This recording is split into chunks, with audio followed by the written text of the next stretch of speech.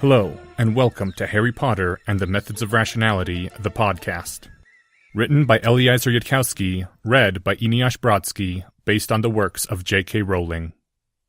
Chapter 83, Taboo Trade-Offs, Aftermath 1.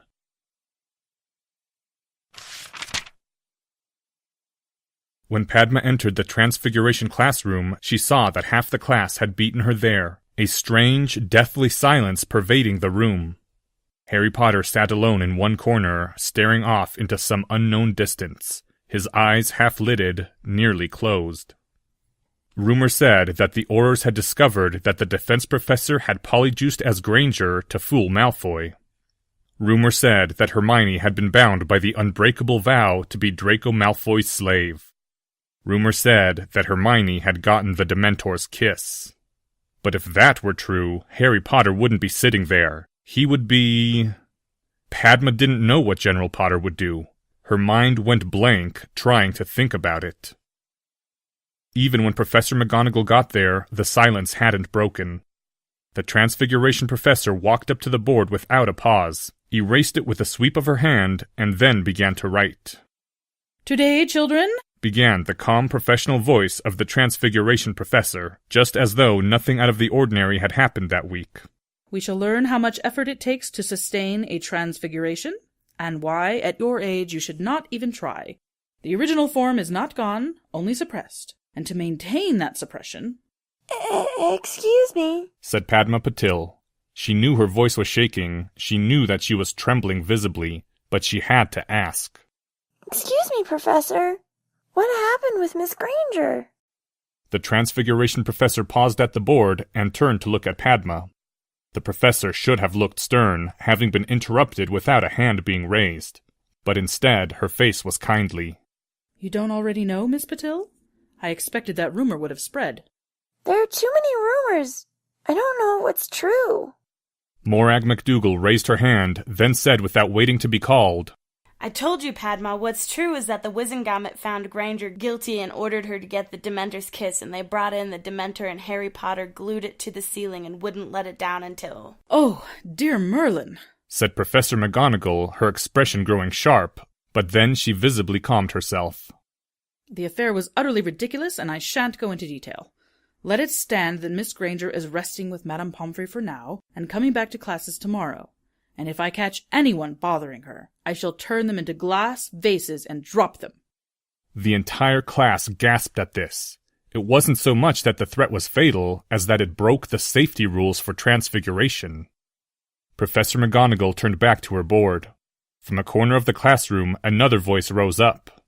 "What about Professor Quirrell?" said Terry Boot. "Has he been arrested?" "The Aurors are only detaining him," said the Transfiguration professor without turning around. "If they have not given back our defense professor by tomorrow, I shall ask the headmaster to go fetch him. Though I may as well tell you now that the Board of Governors has scheduled a vote on whether Professor Quirrell's battles shall be allowed to continue." Kevin Entwistle spoke. "And General Malfoy? When's he getting back from St. Mungo's?" The Transfiguration professor paused in her drawing. She turned around again, more slowly this time. "I am sorry, Mr. Entwistle." Her face looked a little more lined than when she had entered the room. "Mr. Malfoy's health is in no danger, I am given to understand. Unfortunately, I have received an owl from Mr. Malfoy's father withdrawing him from Hogwarts. I am afraid he is not coming back."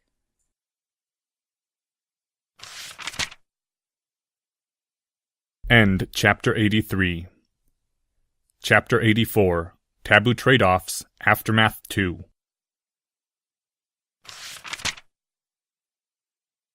When Hermione Granger woke, she found herself lying in a soft, comfortable bed of the Hogwarts Infirmary, with a square of setting sunlight falling on her midriff, warm through the thin blanket. Memory said that there would be a screen sheet above her, either drawn around her bed or open, and that the rest of Madame Pomfrey's domain would lie beyond. The other beds, occupied or unoccupied, and bright windows set in the curvily carven stone of Hogwarts. When Hermione opened her eyes, the first thing she saw was the face of Professor McGonagall, sitting on the left side of her bed. Professor Flitwick wasn't there, but that was understandable. He'd stayed by her side all morning in the detention cell, his silver raven standing extra guard against the Dementor, and his stern little face always turned outward toward the Aurors. The head of Ravenclaw had surely spent way too much time on her, and probably had to get back to teaching his classes, instead of keeping watch on a convicted, attempted murderess. She felt horribly, horribly sick, and she didn't think it was because of any potions. Hermione would have started crying again, only her throat hurt, her eyes still burned, and her mind just felt tired. She couldn't have borne to weep again, couldn't find the strength for tears. Where are my parents? Hermione whispered to the head of House Gryffindor. Somehow it seemed like the worst thing in the world to face them, even worse than everything else, and yet she still wanted to see them. The gentle look on Professor McGonagall's face transfigured into something sadder. I'm sorry, Miss Granger. Though it was not always so, we have found in recent years that it is wiser not to tell the parents of Muggleborns about any danger their child has faced. I should advise you also to remain silent, if you wish to stay at Hogwarts without trouble from them. I'm not being expelled? For what I did? No. Miss Granger, surely you heard, I hope you heard, Mr. Potter, when he said that you were innocent? He was just saying that. To get me free, I mean. The older witch shook her head firmly. No, Miss Granger. Mr. Potter believes you were memory-charmed, that the whole duel never happened. The headmaster suspects even darker magics may have been involved, that your own hand might have cast the spell, but not your own will. Even Professor Snape finds the affair completely unbelievable, though he may not be able to say so publicly. He was wondering if Muggle drugs might have been used on you. Hermione's eyes went on staring distantly at the Transfiguration Professor. She knew that she'd just been told something significant, but she couldn't find the energy to propagate any changes through her mind. Surely you don't believe it. Miss Granger, you cannot believe of yourself that you would turn to murder? But I... Her excellent memory helpfully replayed it for the 1000th time. Draco Malfoy telling her with a sneer that she'd never beat him when he wasn't tired, and then proceeding to prove just that. Dancing like a duelist between the warded trophies while she frantically scrambled, and dealing the ending blow with a hex that sent her crashing against the wall and drew blood from her cheek. And then she'd... But you remember doing it, said the older witch, who was watching over her with kindly understanding. Miss Granger, there is no need for a 12-year-old girl to bear such dreadful memories. Say the word, and I shall be happy to lock them away for you. It was like a glass of warm water thrown into her face. What? Professor McGonagall took out her wand, a gesture so practiced and quick that it seemed like pointing a finger. I can't offer to rid you of the memories entirely, Miss Granger. There may be important facts buried there, but there is a form of the memory charm which is reversible, and I shall be happy to cast that on you. Hermione stared at the wand, feeling the stirrings of hope for the first time in almost 2 days. Make it didn't happen. She'd wished that over and over again, for the hands of time to turn back and erase the horrible choice that could never, ever be undone. And if erasing the memory wasn't that, it was still a kind of release. She looked back at Professor McGonagall's kindly face. You really don't think I did it? I am quite certain you would never do such a thing of your own will. Beneath her blankets, Hermione's hands clutched at the sheets. Harry doesn't think I did it? Mr. Potter is of the opinion that your memories are entire fabrications. I can rather see his point. Then Hermione's clutching fingers let go of the sheet, and she slumped back into the bed from which she'd partially risen. No, she hadn't said anything. She'd woken up and remembered what had happened last night, and it had been like... She couldn't find words even in her own thoughts for what it had been like. But she'd known that Draco Malfoy was already dead, and she hadn't said anything, hadn't gone to Professor Flitwick and confessed. She'd just dressed herself and gone down to breakfast and tried to act normal, so that nobody would ever know. And she'd known it was wrong and horribly, horribly wrong, but she'd been so scared. Even if Harry Potter was right, Even if the duel with Draco Malfoy was a lie, she'd made that choice all by herself. She didn't deserve to forget that, or be forgiven for it. And if she had done the right thing, gone straight to Professor Flitwick, maybe that would have helped somehow. Maybe everyone would have seen that she regretted it, and Harry wouldn't have had to give away all his money to save her. Hermione shut her eyes, squeezed them shut really tight. She couldn't bear to start crying again. I'm a horrible person. I'm awful. I'm not heroic at all. Professor McGonagall's voice was very sharp, like Hermione had just made some dreadful mistake on her Transfiguration homework. Stop being foolish, Miss Granger. Horrible is whoever did this to you. And as for being heroic, well, Miss Granger, you've already heard my opinion about young girls trying to involve themselves in such things before they're even 14, so I shall not lecture you on it again. I shall say only that you have just had an absolutely dreadful experience, which you survived as well as any witch in your year possibly could. Today you are allowed to cry as much as you like. Tomorrow you are going back to class. That was when Hermione knew that Professor McGonagall couldn't help her. She needed someone to scold her. She couldn't be absolved if she couldn't be blamed. And Professor McGonagall would never do that for her, would never ask so much of a little Ravenclaw girl. It was something Harry Potter wouldn't help her with either. Hermione turned over in the infirmary bed, huddling into herself, away from Professor McGonagall. Please, I want to talk to the headmaster.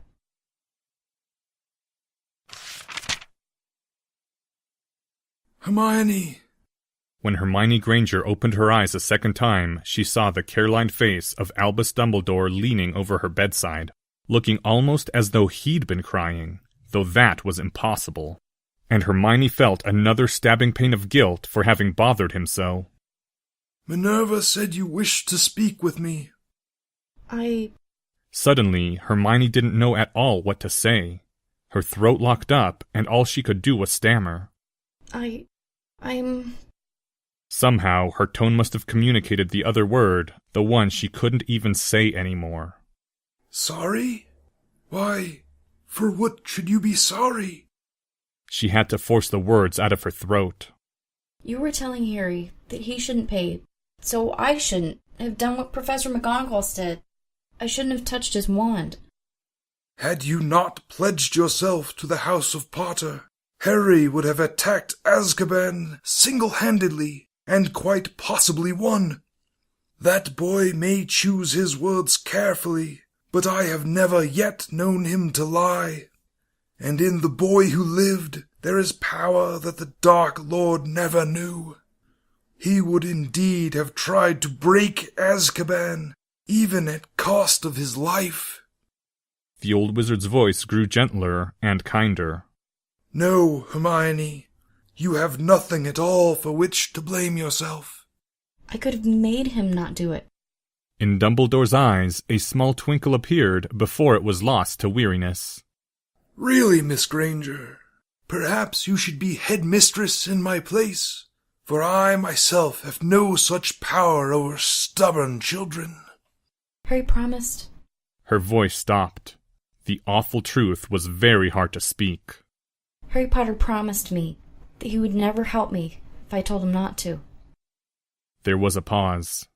The distant noises of the infirmary that had accompanied Professor McGonagall had ceased, Hermione realized, when Dumbledore had awoken her. From where she lay in bed, she could see only the ceiling and the top of one wall's windows, but nothing in her range of vision moved, and if there were sounds, she could not hear them. Ah!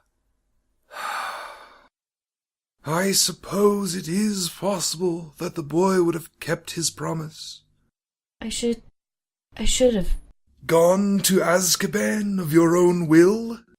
Miss Granger, that is more than I would ever ask anyone to take upon themselves. But...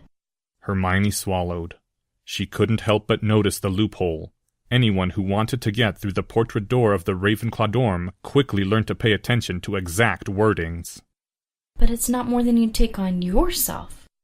Hermione, the old wizard began. Why? Said Hermione's voice. It seemed to be running on without her mind, now. Why couldn't I be braver? I was gonna run in front of a Dementor for Harry before in January. So why? Why couldn't I? Why had the thought of being sent to Azkaban just completely unglued her? Why had she forgotten everything about being good?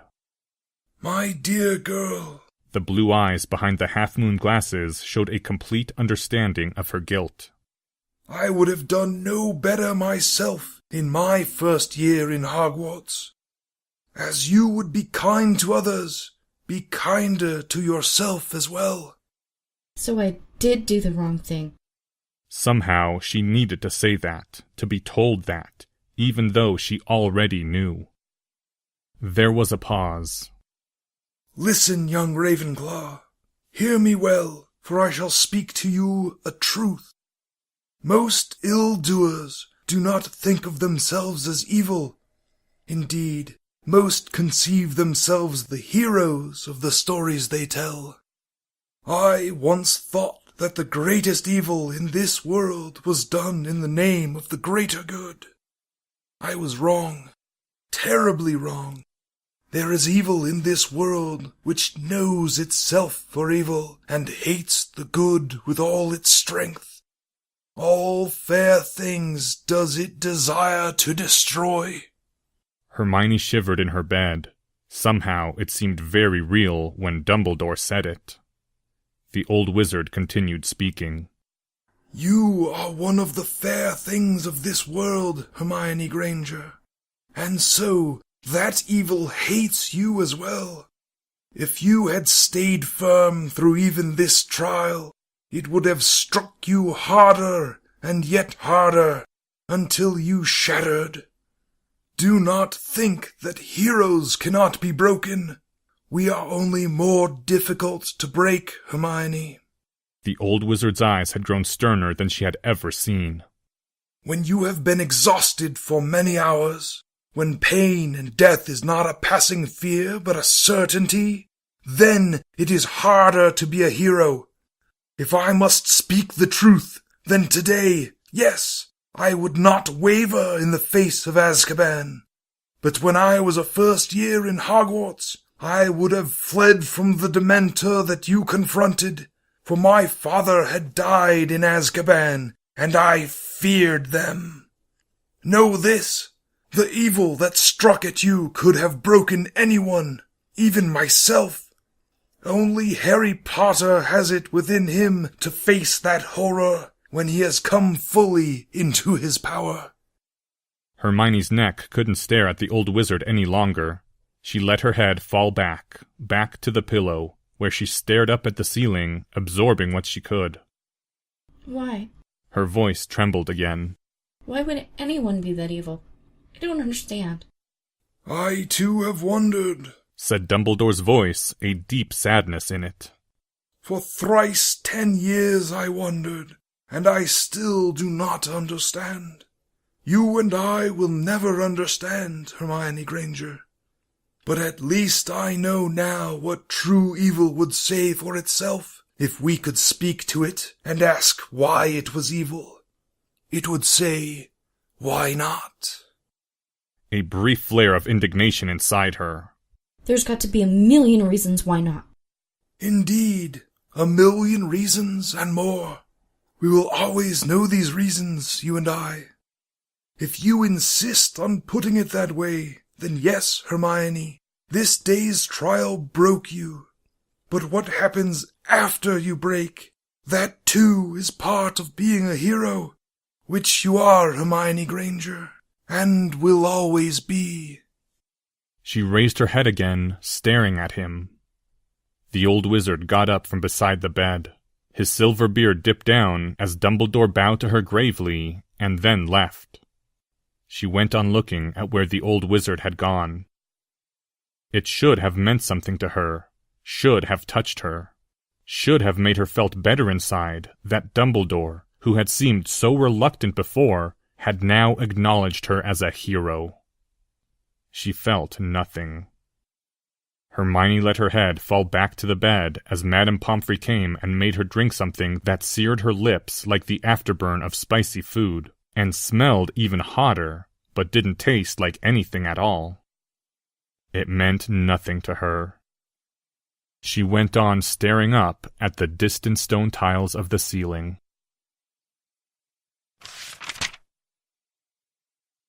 Minerva was waiting, doing her best not to hover beside the double doors to the Hogwarts Infirmary.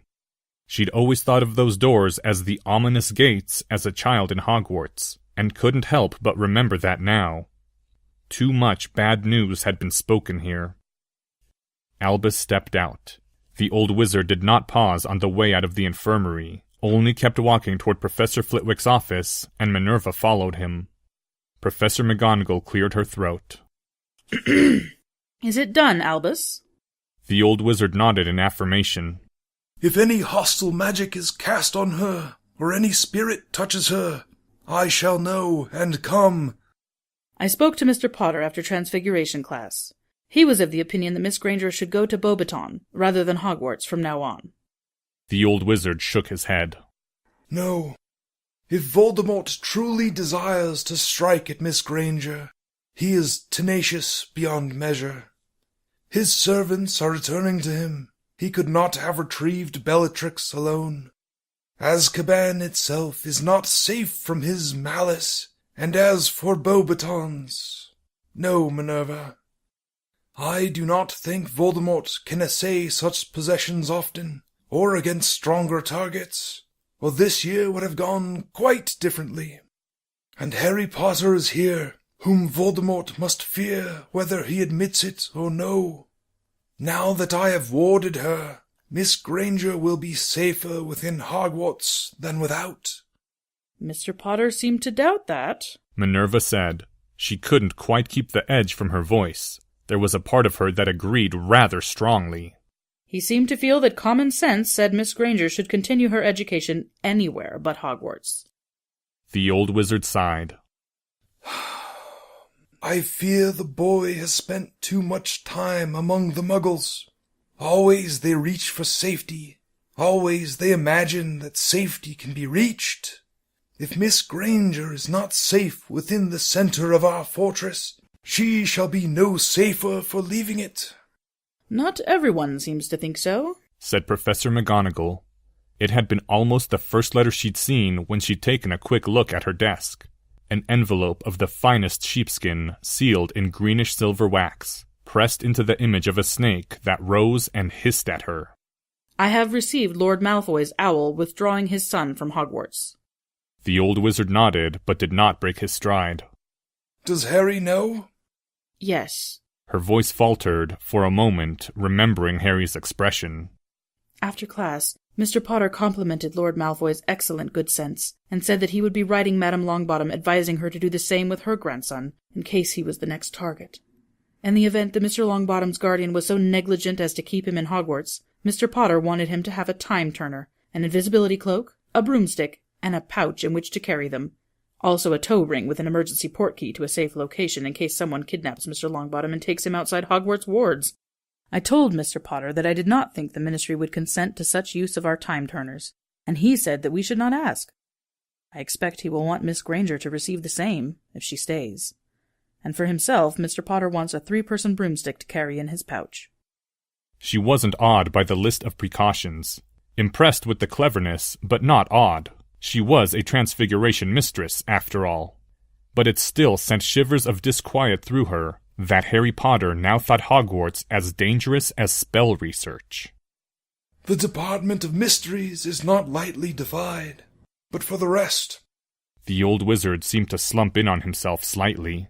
We may as well give the boy what he wishes. And I will ward Neville also, and write Augusta to say that he should stay here over holiday.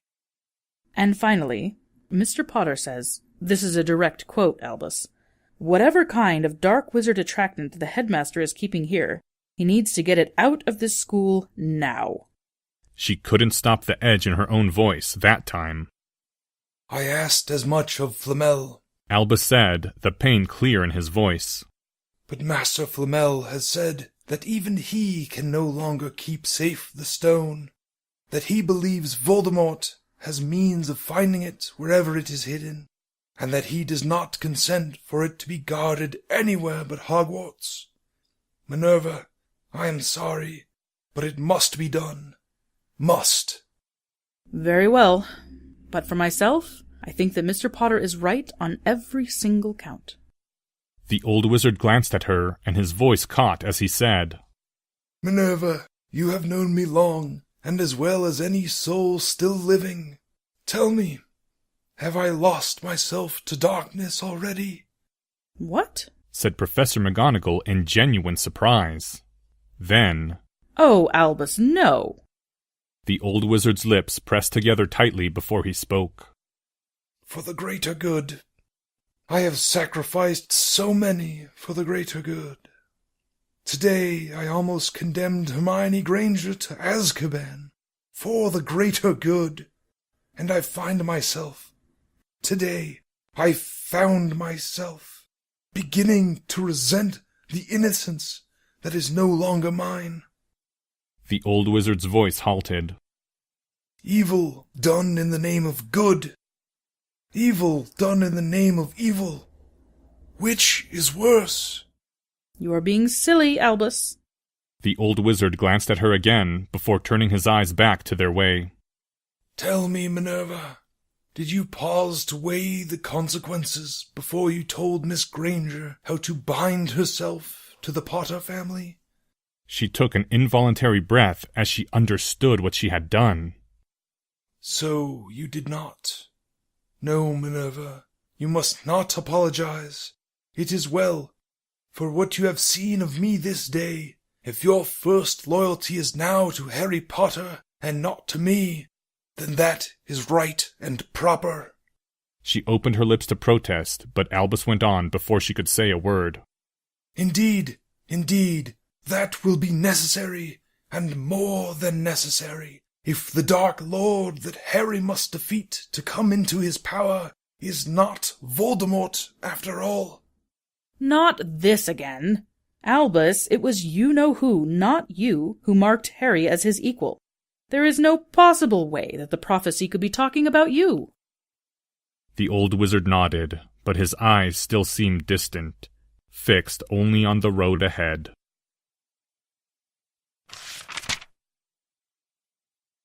End first half of Chapter 84. Thank you to the following people. Minerva McGonagall, read by Autumn Rachel Dryden. Dumbledore, Drake Walker. Hermione Granger, Anonymous. Terry Boot was voiced by Stefan Wäldchen. Morak McDougal by Megan Clare. Padme and Parvati Patil by Amanda Grisello. This chapter's original text, production notes, and attribution links, along with archives and much more, can be found at hpmorpodcast.com. If you would like to learn more about the art of rationality, please visit lesswrong.com, an online community of aspiring rationalists founded by Eliezer Yudkowsky. Some sound effects used are courtesy of the Free Sound Project. The music used is Catch That Goblin by Skaven. Thank you for listening, and come back next week for the continuation of Chapter 84, Taboo Trade-Offs, Aftermath 2.